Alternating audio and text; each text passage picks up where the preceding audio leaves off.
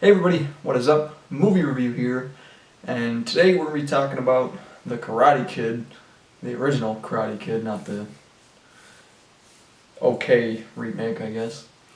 I figured I'd talk about this since Cobra Kai just came out, the sequel series to this movie on YouTube Red, and I went ahead and checked that out and watched that, and then thought, I haven't watched the first Karate Kid in a long time, probably since maybe like freshman year of high school or something. So it's been a while, and I kind of wondered if it still held up or if it was just kind of a stereotypical, 80s sports movie. So let's go ahead and talk about this. So Karate Kid was directed by John G. Avildsen, who happened to direct Rocky, which is my favorite film of all time. It stars Ralph Macchio, Pat Morita, and Elizabeth Shue, as well as some others, but those are kind of your big stars. So does the movie still hold up? Yeah, it's pretty good. It's not a masterpiece or anything. It doesn't quite hold a candle to Rocky. I would say it's kind of like Rocky for a younger crowd, because I think a younger crowd might be able to relate to it a little bit more, especially high school age kids might be able to relate to it a little bit more, even though I think Rocky is a timeless classic and anyone can relate to it. I think this is a movie that maybe a younger demographic could relate to more. That being said, it's still pretty good. There are some things that date it and some things that I don't think hold up very well. Actually, if I'm being honest, I think Cobra Kai, the new series, is actually better than this movie. And that's really just because this movie just has things that don't, like I said, just don't work very well or maybe feel a little bit dated.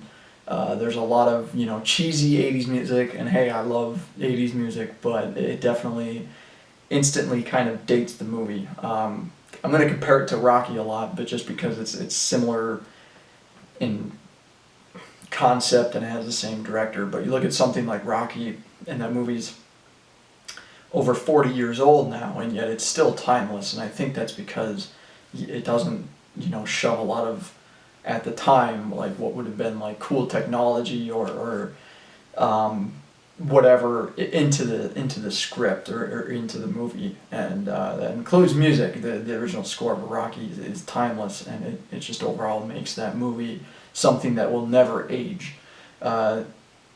This, obviously it's got like, you're the best around, you know what I mean? It's got, cheesy but fun 80s music, and another thing that it has is ridiculously over-the-top villains. Cobra Kai is probably, one of the most iconic, 80s villains or group, in the world. I mean, they're just so over the top, and just they're caricatures, really. Everyone in this movie is just an asshole, like, except for the main characters. It just, I don't know, it's something that's just a little silly. It kind of takes you out of it a little bit. Kreese, the main, evil sensei, is just so over the top, and for no reason. Like, he's teaching high school kids, like, why is he taking this like it's life or death? It doesn't make any sense. He's like, sweep the leg, and, no mercy, and it's like, dude, this is high school karate. They're not even 18 yet. Calm down. It just feels so out of place because everything else is pretty grounded and pretty realistic, and the way, the teenagers talk is pretty good. It's not like Breakfast Club or anything, but, they talk like teenagers and they act like teenagers for the most part, but then you just have these, like, psycho characters that are like, dude, what planet are you from? Ralph Macchio, he does a good job. Does what he needs to do perfectly. No real flaws there. He gives a good performance. It's memorable, and it's good. Elizabeth Shue, same thing. William Zabka, I think that's his name. I'll put a prompt on there if I'm wrong. does a good job at being the, you know, admittedly over the top kind of villain. And Pat Morita is obviously fantastic as Mr. Miyagi. In fact, apparently he was nominated for an Oscar for this movie, and I didn't even know that. I figured that out like a week ago, and I was like, wow, really? Not that it's like, you know, it just kind of surprised me. I was like, oh, I never knew that. And completely earned. And obviously an iconic performance, you know, memorable lines. He's actually really funny too. A lot of the things he says is just funny. And I know Pat Morita was a comedian before, you know, Karate Kid. So I think that just adds another layer to his character. He's one of the characters in the movie that feels like a real person and not some over the top, you know, 80s character. He feels like a timeless character, which he elevates the movie kind of to another level. He's like the Joker in The Dark Knight, you know what I mean? He takes the movie and he brings it to that timeless kind of classic. Couple other things I want to talk about. The score. Once again, score done by Bill Conti, who did the score for Rocky. So once again, kind of tying them together. I'd like to think these take place in the same universe. The score in this movie is very good. It's a great score. It lends itself to the movie very well.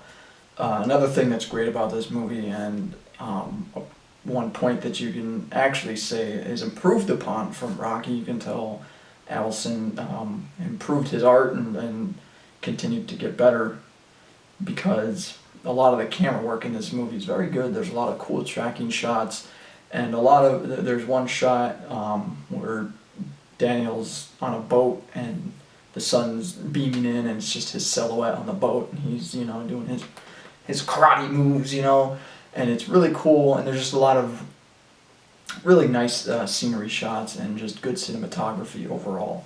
And it's one thing that I will say is probably better than Rocky. Last thing you got to talk about are the fight scenes. They're actually pretty well choreographed. You know, there's not a lot of moments where you can tell the hits don't connect.